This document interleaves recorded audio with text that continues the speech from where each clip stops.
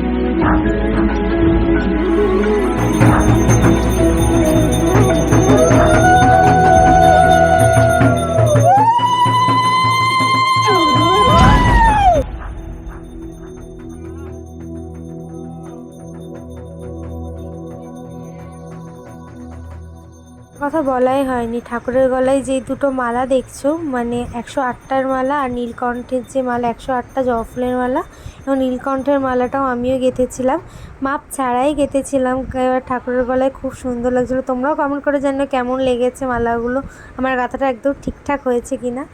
আর পুজো শেষ হতে হতে আমাদের হয়েছিল 4:30 5টা, আর ব্রাহ্মণ এসেছিলো যেহেতু 12:30, এর জন্য একটু লেট হয়েছিল। তো দেখো